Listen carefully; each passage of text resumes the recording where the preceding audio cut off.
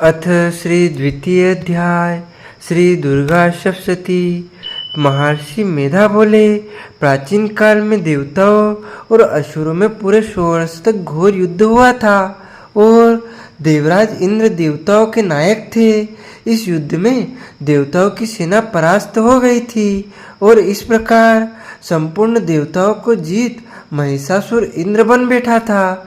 युद्ध के पश्चात हारे हुए देवता प्रजापति श्री ब्रह्मा को साथ लेकर उस स्थान पर पहुँचे जहाँ पर कि भगवान शंकर विराजमान थे। देवताओं ने अपनी हार का सारा वृतांत भगवान श्री विष्णु और शंकर जी से कहा सुनाया।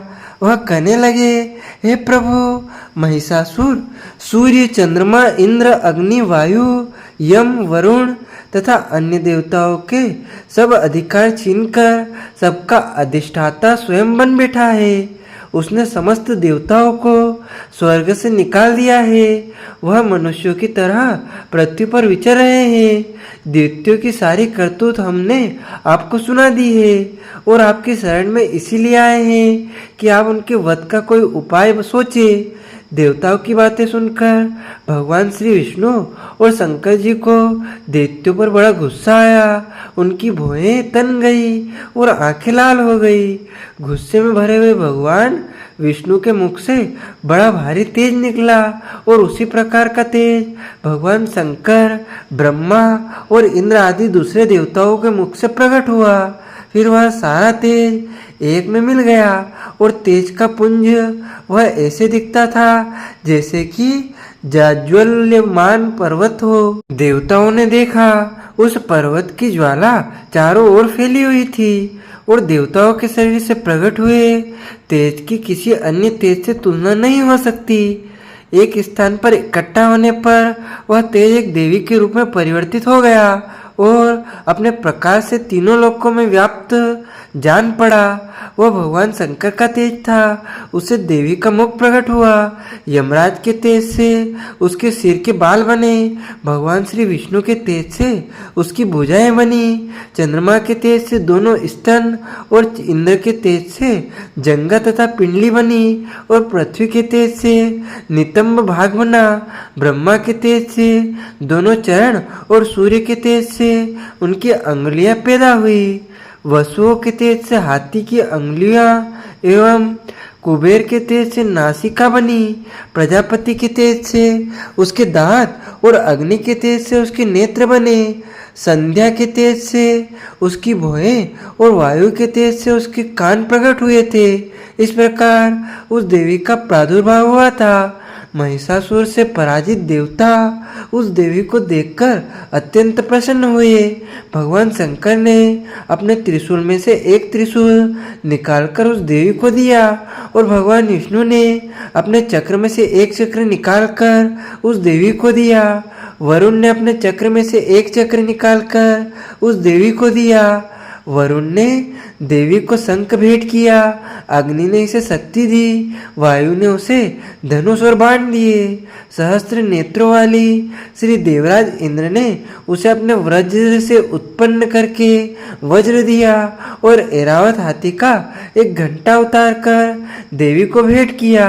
यमराज ने उसे कालदंड में से एक दंड दिया। वरुण ने उसे पास दिया। प्रजापति ने उस देवी को स्फटिक की माला दी और ब्रह्मा जी ने उसे कमंडलू दिया। सूर्य ने देवी के समस्त रोमों में अपनी किरणों का तेज भर दिया। काल ने उसे चमकती हुई ढाल और तलवार दी और उज्जवल हार और दिव्य वस्त्र उसे भेंट दिए और इनके साथ ही उसने दिव्य चूड़ामणि दी। 2 कुंडल, कंकड़, उज्ज्वल अर्धचंद्र, बाहों के लिए बाजूबंद, चरणों के लिए निपुर, गले के लिए सुंदर हंसली और अंगुलियों के लिए रत्नों की बनी हुई अंगूठियां उसे दी। विश्वकर्मा ने उसको फरसा दिया और उसके साथ ही कई प्रकार के अस्त्र और अभेद्य कवच दिए और इसके अतिरिक्त उसने कभी न कुम्हालने वाले सुंदर कमलों की मालाएं भेंट दी। समुद्र ने सुंदर कमल का फूल भेंट दिया। हिमालय ने सवारी के लिए सिंह और तरह तरह के रत्न देवी को भेंट किए। यक्षराज कुबेर ने मधु से भरा हुआ पात्र और शेषनाग ने उन्हें बहुमूल्य मणियों से विभूषित नागहार भेंट किया। इसी तरह दूसरे देवताओं ने भी उसे आभूषण और अस्त्र देकर उसका सम्मान किया। इसके पश्चात देवी ने उच्च स्वर से गर्जना की। उसके इस भयंकर नाद से आकाश गूंज उठा। देवी का वह उच्च स्वर से किया हुआ सिंहनाद समा ना सका। आकाश उनके सामने छोटा प्रतीत होने लगा। उससे बड़े जोर की प्रतिध्वनि हुई, जिससे समस्त विश्व में हलचल मच गई और समुद्र कांप उठे, पृथ्वी डोलने लगी और सबके सब पर्वत हिलने लगे। देवताओं ने उस समय प्रसन्न हो सिंहवाहिनी जगतमयी देवी से कहा, देवी तुम्हारी जय हो। इसके साथ महर्षियों ने भक्ति भाव से विनम्र होकर उनकी स्तुति की। संपूर्ण त्रिलोकी को शोकमग्न देखकर दैत्यगण अपनी सेनाओं को साथ लेकर और हथियार आदि सजाकर उठ खड़े हुए। महिषासुर के क्रोध की कोई सीमा नहीं थी। उसने क्रोध में भरकर कहा, यह सब क्या उत्पात है। फिर वह अपनी सेना के साथ उस ओर दौड़ा जिस ओर से भयंकर नाद शब्द सुनाई दिया था, और आगे पहुंचकर उसने देवी को देखा, जो कि अपनी प्रभा से तीनों लोकों को प्रकाशित कर रही थी। उसके चरणों के भार से पृथ्वी दबी जा रही थी। माथे के मुकुट से आकाश में एक रेखा सी बन रही थी और उसके धनुष की टंकारों से सब लोग क्षुब्ध हो रहे थे। देवी अपनी सहस्त्र भुजाओं को संपूर्ण दिशाओं में फैलाए खड़ी थी। इसके पश्चात उनका दैत्यों के साथ युद्ध छिड़ गया और कई प्रकार के अस्त्र शस्त्रों से सबकी सब दिशाएं उद्भेसित होने लगी। महिषासुर की सेना का सेनापति किक्षुर नामक एक महान असुर था। वह आगे बढ़कर देवी के साथ युद्ध करने लगा और दूसरे दैत्यों की चतुर्गिणी सेना साथ लेकर चामर भी लड़ने लगा और 60,000 महारथियों को साथ लेकर उदग्र नामक महादैत्य आकर युद्ध करने लगा और महाहनु नामक असुर 1 करोड़ रसियों को लेकर असिलोमा नामक असुर 5 करोड़ सैनिकों के साथ लेकर युद्ध करने लगा। वास्कल नामक असुर 60 लाख असुरों के साथ युद्ध में आ डटा। विडाल नामक असुर 1 करोड़ रसियों सहित लड़ने को तैयार था।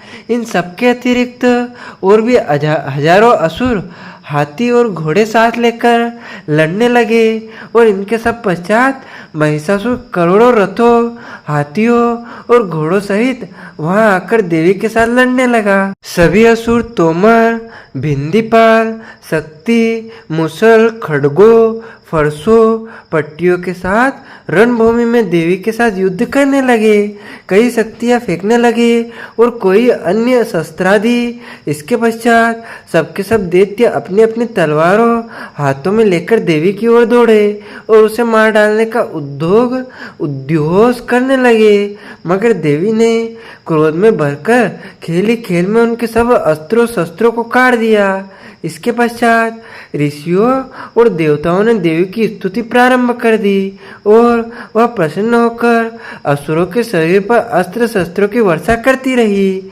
देवी का वाहन भी क्रोध में भरकर दैत्य सेना में इस प्रकार विचरने लगा जैसे कि वन में दावानल फैल रहा हो।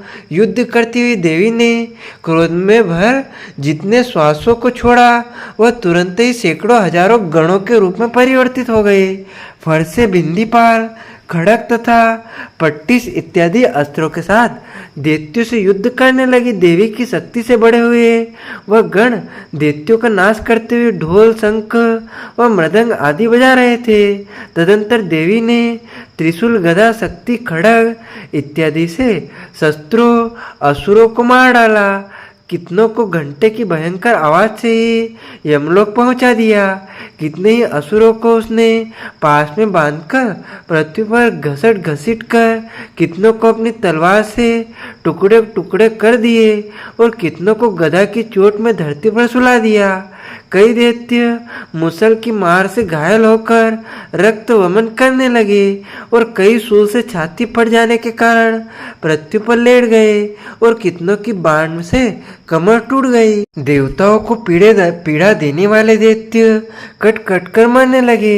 कितनों की बाहें अलग हो गई, कितनों की ग्रीवाएं कट गई, कितनों के सिर कट कर दूर भूमि पर लुढ़क गए, कितनों के शरीर बीच में से फट गए और कितनों की जंघाएं कट गई और वह पृथ्वी पर गिर पड़े। कितने ही सिरों व पैरों के कटने पर भी भूमि पर से उठ खड़े हुए और शस्त्र हाथ में लेकर देवी से लड़ने लगे। और कई दैत्यगण भूमि में बाजों की ध्वनि के साथ नाच रहे थे। कई असुर जिनके सिर कट चुके थे बिना सिर के धड़ से ही हाथ में शस्त्र लिए हुए लड़ रहे थे। दैत्य रह रह कर ठहरो ठहरो कहते हुए देवी को युद्ध के लिए ललकार रहे थे। जहाँ पर यह घोर संग्राम हुआ था वहाँ की भूमि रथ, हाथी, घोड़े और असुरों की लाशों से भर गई थी और असुर सेना के बीच में रक्तपात होने के कारण रुधिर की नदियां बह रही थी। और इस तरह देवी ने असुरों की विशाल सेना को क्षण भर में ही इस तरह से नष्ट कर डाला जैसे तृण काष्ठ के बड़े समूह को अग्नि नष्ट कर डालती है। और देवी का सिंह भी गर्दन के बालों को हिलाता हुआ और बड़ा शब्द करता हुआ असुरों के शरीर से मानो उनके प्राणों को ढूंढ रहा था। वहां देवी के गणों ने जब दैत्यों के साथ युद्ध किया तो देवताओं ने प्रसन्न होकर आकाश से उन पर पुष्प वर्षा की। इस प्रकार यहाँ पर श्री मार्कंडेय पुराण में सावर्णक मनवंतर की कथा के अंतर्गत देवी महात्म्य में महिषासुर की सेना का वध नामक दूसरा अध्याय पूरा हुआ। बोलिए दुर्गे माता की जय, जगदम्बे मात की जय।